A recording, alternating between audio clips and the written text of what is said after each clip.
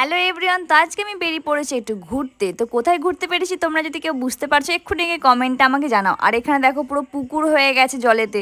তো হ্যাঁ, আজকে আমি এসছি একটু মেলা ঘুরতে। তো কিসের মেলা বলো তো? রথের মেলা। তো তোমরা এটা কোথায় এসছি এই গেটটা নিশ্চয় দেখে বুঝতে পেরেছো। আর যারা যারা বুঝতে পারোনি তাদেরকে আমি বলে দিচ্ছি, আজকে আমি এসছি কাঞ্চননগর রথতলা। তো মেলা দেখাটা আমার উদ্দেশ্য নয়, উদ্দেশ্য হচ্ছে রথের দড়ি ধরে টানাটা। তো এখানে তো এসে আমি পুরো অবাক, এত ভিড় হয়েছে, মানে ঢোকা মুশকিল ছিল। তবু আমি ঠিলাটালি একটু ঢুকেছি। ঢোকার পর আমি দড়িটা ধরে টানতে যাওয়ার সময় দেখি তো এই কাকুরা দুটো পায়ের মাঝখানে দড়িটা ঢুকে রয়েছে। তো কি করে টানবো? তা বলার পরে উনি সরে গেছিলেন ওখান থেকে। তারপর আমরা টেনে নিয়েছি সবাই মিলে। তারপর আমি সবাইকে ঠিলে ঠালে একদম ভেতরে ঢুকে পড়েছি চরণামৃতটা খাবো বলে। তারপর চরণামৃতটা নিয়ে ওখানে আমি দাঁড়িয়ে দাঁড়িয়ে খেয়ে নিয়েছি। তারপর আমার ফ্রেন্ডের জন্য একটু নিয়ে নিয়েছি, যেহেতু আমার ক্যামেরাটাও ধরে দিচ্ছিল। আর তোমাদেরকে ভেতরে জগন্নাথ ঠাকুরের মূর্তিটা নেক্সট একদিন দেখাবো, যেদিকে ফাঁকা থাকবে। তারপর ওখান থেকে বেরিয়ে একটু মেলাটা দেখার চেষ্টা করলাম, কিন্তু এত কাদা ছিল আমার একদমই ভালো লাগছিল না, তাই ওখান থেকে বেরিয়ে পড়লাম। তো তোমরা কে কে এখনো পর্যন্ত রথের মেলা দেখতে গেছো কমেন্ট আমাকে অবশ্যই জানিও। তো আজকের মতো ফ্রেন্ডস, ভিডিওটা এতটাই ভালো লাগলে লাইক, কমেন্ট, শেয়ার এবং